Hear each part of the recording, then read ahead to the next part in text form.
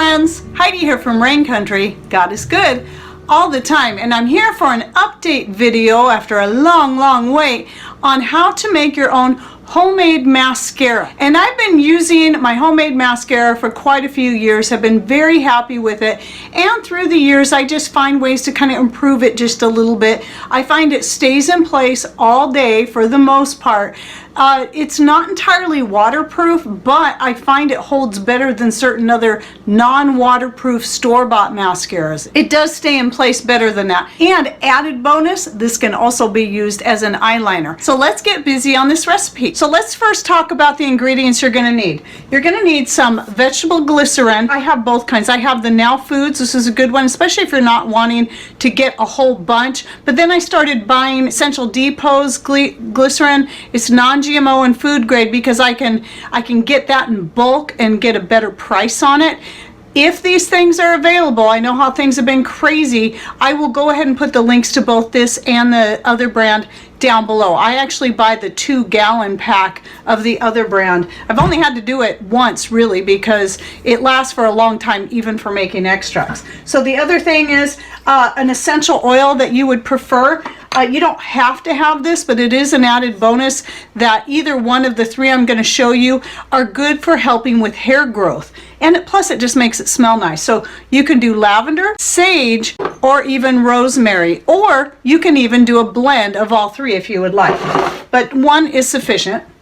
You will need some activated charcoal, obviously for color. You're going to need some bentonite clay, and I did a video on bentonite clay that I'll go ahead and link to down below. For my particular recipe, castor oil, I'm going to be adding this. This is one of the changes I made to the original recipe. Another option is aloe vera. I just picked a really tiny leaf off my huge aloe vera plant. If you're not already following Wellness Mama's webpage, I recommend you do that. She has a whole bunch of excellent recipes and ideas in there, and I love her. I've been following her for years, though unfortunately with how busy things have been, I have not had the time lately to go check in for quite some time to see what some of her latest stuff is. But I actually got her recipe from her blog page and then took it and made my own modifications. So basically I'm going to be sharing with you her recipe plus some of the differences that I do to this. Now her recipe actually starts off with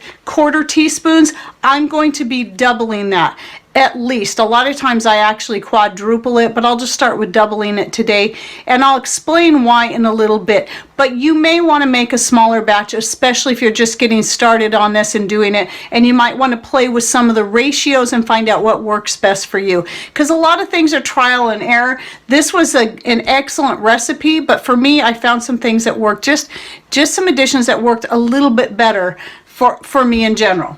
And making more at a time is so much easier. Let's start by adding the activated charcoals. Actually, I'm going to go ahead and quadruple the recipe. I'm going to be doing a whole teaspoon of each.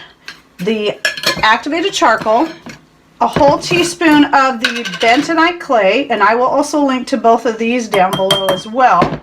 The bentonite clay and the activated charcoal. And then the optional, if you want to add the aloe vera, then you would do a whole teaspoon of that. But I'm actually not going to go ahead and use this because I actually leave the aloe vera out in pretty much in place of the castor oil. So I'm going to go ahead and mix these two dry ingredients together really well with a stainless steel fork. Yes, you can use stainless steel with bentonite clay. Other metals are not recommended, but stainless steel is just fine because it's non-reactive, non-conductive.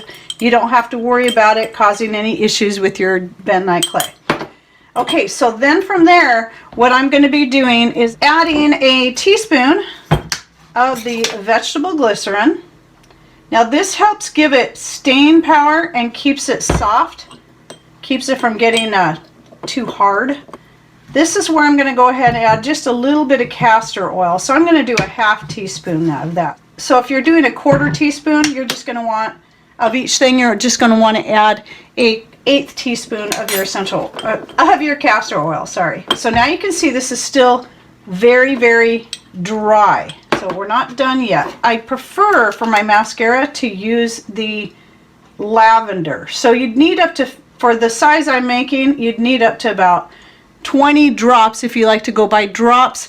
I don't measure it out other than using the cap, so I'm putting in a half capful. If you're doing a quarter teaspoon, a quarter of the amount I'm doing, then just put in 5 drops. Okay, so still very dry. One thing you have to keep in mind is that the bentonite clay does soak up moisture. So here's how I make up the difference there. And this is also where your aloe vera can come into play.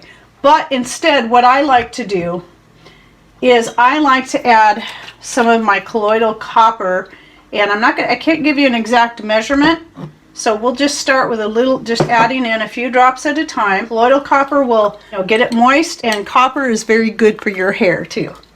Okay, so I'm just going to keep doing that until I get the consistency that I want. Oh, it smells good. Love the lavender in this. Now here's why you can make larger batches. In fact, this is not as large as I usually make it. I think it takes me so long to use it up that I forget how much I actually make. But I think I usually go by tablespoons because I make a pretty good sized batch.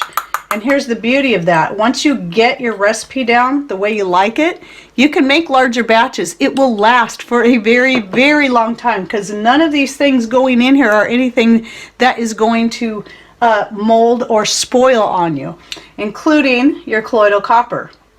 So we're getting about the thickness I want here. So you may have to play with it a bit, but that's usually about the thickness I like it. So let me show that closer so you can see that. So it's almost like a thick frosting. I'm going to go ahead and put in just a little bit more of the colloidal copper, just a little bit. I can't tell you how much that is. Sorry, I don't know. I just go by feel, and it's going to be very much tailored to you and your needs and how you plan on using this. Because if you're going to use it as an eyeliner, which by the way I do have the homemade mascara, and I did use it as an eyeliner. Now I actually have a stick liner, an organic one I stocked up on years ago, long before I started making this. So normally I use that just to work through it. But today, just for demonstration purposes, I went ahead and used the homemade mascara as my eyeliner. And you can use, for that, you can use an art brush. It's if you can find one. This one doesn't have a very fine point, but you can actually cut it to have a fine point. I have one around here that does, but I don't know where it is. Or you can get a tube like this. Even if you don't keep the eyeliner in the tube itself, I have another one that I use for actually applying the eyeliner. These have a very fine little brush on it. So at least keeping it in the tube will keep it from drying out. But you can dip it into your little pot, whatever you decide to use it as an eyeliner. What I do recommend though, when you go to use it as an eyeliner, you're going to want to add a little bit more liquid to it. And get it, just because the thinner it is, the easier it's going to be to actually apply around your eyes. You can use Tatler lids or you can use metal lids, but make sure whatever lid you put on this is going to be very tight fitting to keep it from drying out. It will still dry out some, but here's what you can do is as it starts drying out, add more colloidal copper. Now what I often do is when it's in my mascara tube and I feel like it's getting a little too dry, I actually spray just a little tiny bit into the tube and then just kind of work the mascara. Now you can buy empty mascara tubes from Amazon. I've done that before, and if you're interested, I'll go ahead and link to the ones I bought before. They're okay, but I found myself going back to, this is actually the Avon waterproof mascara tube. They were my favorite mascara until I started making my own. Now once in a rare occasion I'll still wear it, like at my son's wedding, because I knew I'd probably be crying my eyes out. Just because this isn't as waterproof as that, a lot of times what I'll do then is use my homemade mascara on the base as a base coat, and then I'll put the waterproof mascara over the top of that just to kind of seal it in. But anyway, the applicator and just everything about this I like so much better. It just puts it on better than the one I bought from the store. So if you have a mascara tube, like you really like the way the applicator is shaped and the type of brushes on it, and you found one that applies your mascara perfectly, you can clean that out as best as you can. Try using some pipe cleaners, and I recommend using even the colloidal silver to help clean that out, but whatever you have on hand. And then just add your mascara to this. Now some people say, well, how do you add it? Now personally, my favorite way, it's kind of messy, but I still just like to use the brush itself. What I do is I scoop some mascara out of the little pot, and then I just keep pushing it down in there and pushing it down in there. It takes a little bit of time and it can be a little bit messy, but you can also use, I finally bought myself some of these big fat syringes. You can use a syringe like this. Now what you would have to do is actually take, this is actually a lot bigger than I thought it was going to be. I thought it was going to be about half this size, but anyway, maybe 1/2 this size would be better. I'm not even sure if that will fit in the mascara tube, but it might. But anyway, I got it for other reasons too.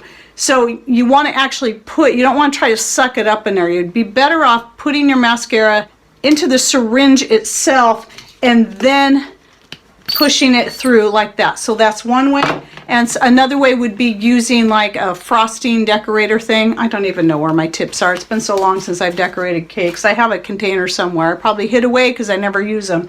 Probably out in the shop. That would be another thing you can do. So you just kind of got to be creative and find the best way to fill it. Again, I always just scoop it onto the brush and just keep pushing it in there. And I just keep adding to it. I don't make a whole new tube or anything like that. Why? Because it doesn't spoil. I keep using the same, I've been using the same mascara. I actually still have quite a bit left in my other pot, but I really wanted to get this video made. And I'm still using it, and it's probably a couple years old. Now I like to keep my little pot in the fridge just as an extra safety measure to make sure it's not gonna spoil. But I'm guessing you could probably leave it out, and then it would be easier to use when you go to add it more to your tube. Because, you know, it does get a little stiffer, you know, because it's cold. However, I just like the idea of keeping it in there just to be sure. But again, if nothing else, the essential oils themselves and the copper are going to be very helpful at preventing spoilage, and I've never had an issue. All right, so there's the recipe. Again, thanks to Wellness Mama for the initial recipe, and please go check out her link, and then my own little additions and how I can make a lot and make it last for a very long time, so I don't have to keep making it up every time I need some. Oh, and I also wanted to add, in a pinch, though I do recommend, if you're able to get it, you should have some activated charcoal on hand. It's got many uses, especially like if there's any kind of accidental poisoning. Activated charcoal is one of the best things you can use and take internally to carry that toxin out of your system. So you should have this on hand. Bentonite clay is another must. These are two things you really should have in your medicinal cabinet anyway, because they have so many uses, both medicinally, for beauty products, and many other things. If these are available, like I said, I'll link to them down below. Try to see if you can get them, or if you can get out or someone can get out for you, see if your local health food store has these things on hand. But in a pinch, you can actually use charcoal from your fireplace.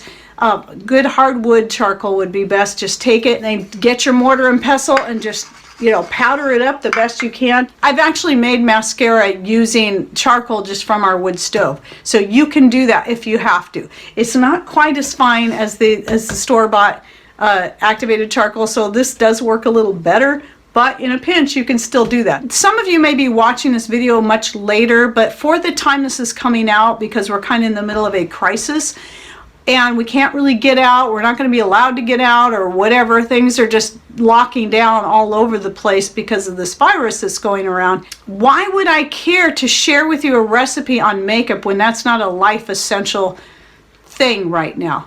Well, because it's important that we keep our spirits up and keep good morale. Now, a lot of ladies out there don't wear makeup, and that's fine. But in me, the only makeup I wear is the mascara and the eyeliner. That's it. I don't wear anything else. And on occasion, I'll wear my homemade face powder if I really need it. But that's like maybe once or twice a year. And I do have a recipe on that too that I'll also link down below. But the thing is anything that's going to make us feel better about ourselves is going to help keep a positive attitude, which we really need. We got to be careful we're not focusing on negativity right now, because that's going to also weaken and lower our immune system. We got to try to stay positive, get fresh air and sunshine, and do whatever little thing we can to help bring some positivity to our lives. And this is one of them. And so is homemade chocolate. Okay, hope you enjoyed this video. Thanks for watching. Take care, and God bless.